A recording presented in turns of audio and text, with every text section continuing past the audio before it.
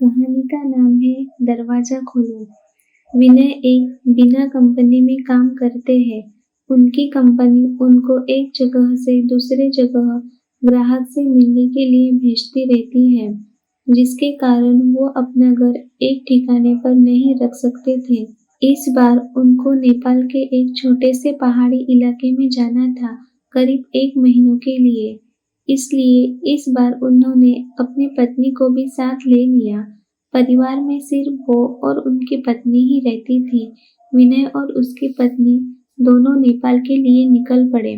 वैसे भी ठंड का मौसम था और नेपाल में ऊपर से बहुत तेज बर्फ पड़ रही थी। वो लोग अपने घर पहुंच चुके थे। अपने घर तक पहुंचने के लिए उनको बहुत संघर्ष करना पड़ा, क्योंकि घर छोटे से गांव में एक पहाड़ी इलाके में था, जिसकी वजह से दोनों बहुत थक चुके थे। रात के 12:30 बज चुके थे। जहां वो रह रहे थे, वहां दूसरे घर एक दूसरे से बहुत दूर दूर थे। बाहर जोरों से ठंडी हवा और बर्फ गिर रही थी। दोनों अपने रजाई में आराम ही कर रहे थे कि अचानक उनको लगा कि किसी ने उनका घर का दरवाजा खटखटाया है। फिर उन्होंने सोचा कि क्या पता तेज हवा चलने की वजह से ऐसा हो रहा हो, इसीलिए उन्होंने उसको अनदेखा कर दिया। अगली सुबह विनय जिस काम के लिए आया था, उसके लिए वो निकल पड़ा। उसकी पत्नी घर में अकेली ही थी। उसको समझ नहीं आ रहा था कि वो घर में बैठे वक्त कैसे बिताए। उसने सोचा कि चलो क्यों ना बाहर जाकर ही कुछ देख लिया जाए। बाहर ठंड तो थी पर हवा नहीं चल रही थी, इसलिए उसने अपना स्वेटर पहना और बाहर निकलने को तैयार हो गई।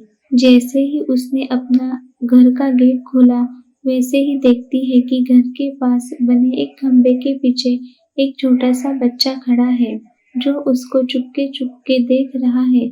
विनय की पत्नी ने उसको अपनी ओर बुलाया और वो नहीं आया और वहां से भाग गया। अगले दिन भी कुछ ऐसा ही हुआ। वो लड़का उसको फिर से घूरे देखा जा रहा था। इस बार उसकी पत्नी ने उस बच्चे को पकड़ लिया और पूछा कि तुम यहाँ क्या कर रहे हो। उस बच्चे ने कुछ नहीं बोला और नहीं कुछ बताया। विनय की पत्नी ने उसे उसके घर के बारे में पूछा, तब भी वो कुछ नहीं बोल रहा था। आखिर में उसका नाम पूछने पर उसने अपनी धीमी सी आवाज में अपना नाम सूर्य बताया और फिर वहां से भाग गया। उसको उसका व्यवहार कुछ समझ नहीं आया।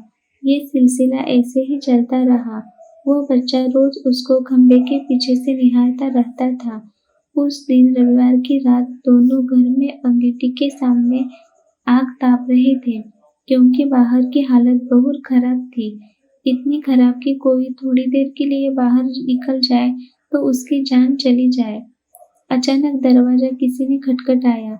उन दोनों को फिर से लगा कि शायद हवा की वजह से ऐसा हो रहा हो। तब भी फिर से किसी ने दरवाजा खटखटाया। इस बार खटखटाने की आवाज साफ आ रही थी।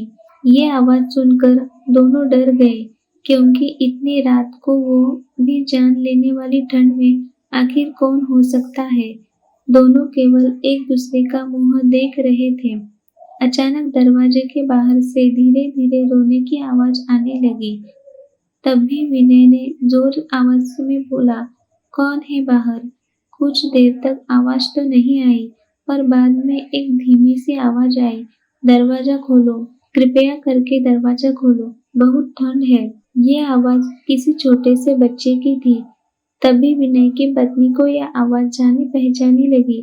उसने कहा कि ये तो वही बच्चे की आवाज लगती है, जो रोज घर के बाहर खड़ा रहता था। विनय की पत्नी ने कहा कि हमें उसे अंदर लाना चाहिए। वो भागते हुए अभी दरवाजे के पास जा ही रही थी कि अचानक उनके घर के फोन की घंटी बजी। फोन एक पड़ोस में रहने वाली औरत का था, जिससे आज ही विनय की पत्नी मिलकर आई थी। विनय की पत्नी ने फोन उठाया। वहां से उस औरत की आवाज आई, हेलो जी, मैं आपको बताना भूल गई थी कि अगर आपके घर के बाहर कोई भी दरवाजा खटखटाए तो उसको मत खोलना। विनय की पत्नी ने कहा कि अब भी मेरे घर के बाहर एक बच्चे की आवाज आ रही है जो दरवाजा खोलने को कह रहा है। तभी उस औरत ने कहा कि नहीं, आप बिल्कुल मत खोलना, वो असल में एक आत्मा है। यहाँ जब जब तेज आंधी और ठंड पड़ती है तो तब तब सबके घर के बाहर जाता है और दरवाजा खोलने के लिए कहता है। वो ठंड का बहाना बनाता है और दरवाजा खुलवाने की कोशिश करता है। अगर कोई गलती से भी दरवाजा खोल देता है तो वो अगले दिन बर्फ में दबा हुआ मिलता है। ये सुनते ही जैसे उनके पैरों से जमीन खिसक गई।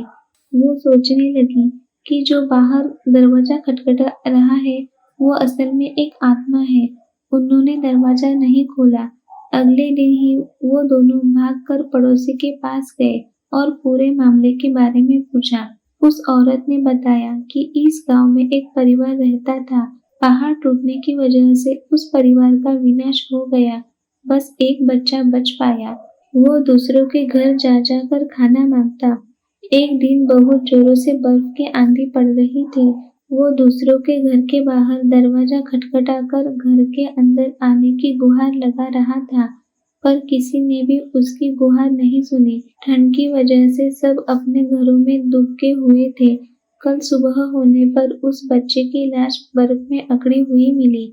आज भी कभी जोरों से बर्फ की आंधी आती है तो उसकी आत्मा सबके घर के पास आती है और गुहार लगाती है। ये सब सुनकर दोनों हैरान रह गए। लेकिन वो वहाँ 1 महीने जब तक रहे तब तक 3-4 बार उनके साथ ऐसा ही हुआ। लेकिन विनय का काम खत्म हो जाने पर वो वहाँ से चले गए। पर विनय की पत्नी के दिमाग में एक रहस्य हमेशा बना रहा कि उस घटना के बाद जो बच्चा उसे रोज घर के बाहर दिखता था वो कभी भी नहीं दिखा।